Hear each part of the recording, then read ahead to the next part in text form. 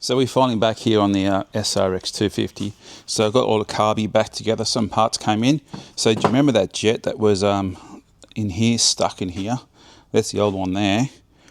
The boys at Motor City, Tony managed to find me one in the Netherlands. So that came all the way from the Netherlands. Got a new float bowl gasket. There's some O-rings. Here they are, the cooked O-rings. Even this pipe here. This pipe's interesting. See down here, it supplies fuel from the fuel bowl. Just down to here, so that main jet that was toasted was in here.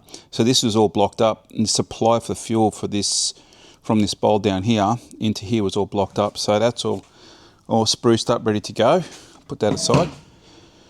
So I got some inlet manifold rubbers from eBay. That's the only place I could get them, and I found these ones. I think off XT350 or 4, I don't know, XT something. They look really, really good. So the quality is high. So all I've got to do now is I've got to put, there's the old manifold rubbers, have all the rubbers left the alloy bit. I've got to knock this out. I'm going to try heat this up with my little oxy thing, knock this out, and then work out what size to drill it, because I need to drill it through here. So wish me luck. All right, so that's done. I didn't quite exactly get it perfect. I'm not sure if you can see that. It's a little bit compared to this one. So I just got the angle wrong a little bit there. But look, it's going to work. I'll put some quick grip. So let's bolt this back on, get these carbies on, let's see it run. So yeah, the bike keeps giving, so the gasket for the oil filter cover was Silastic in the O-rings. So I went out, Yamaha had them in stock, so I grabbed those 2 O-rings there.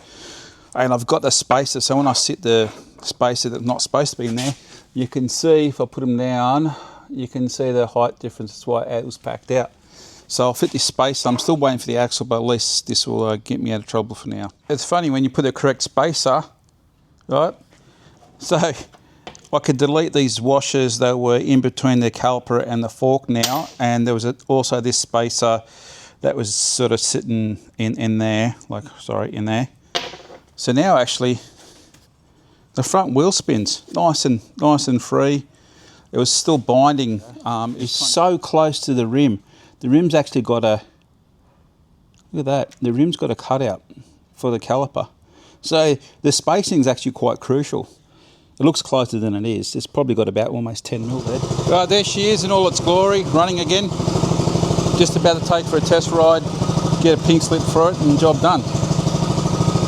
All right, so I've never ridden a SRX250, so I might as well bring you guys aboard.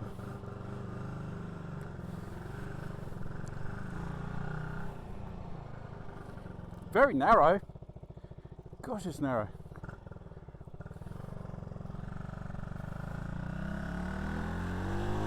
Right, so that's a wrap. Don't need to ride any further. We'll have you guys come along with me. Just get a pink slip. Thanks for watching, guys. See yous. Bye.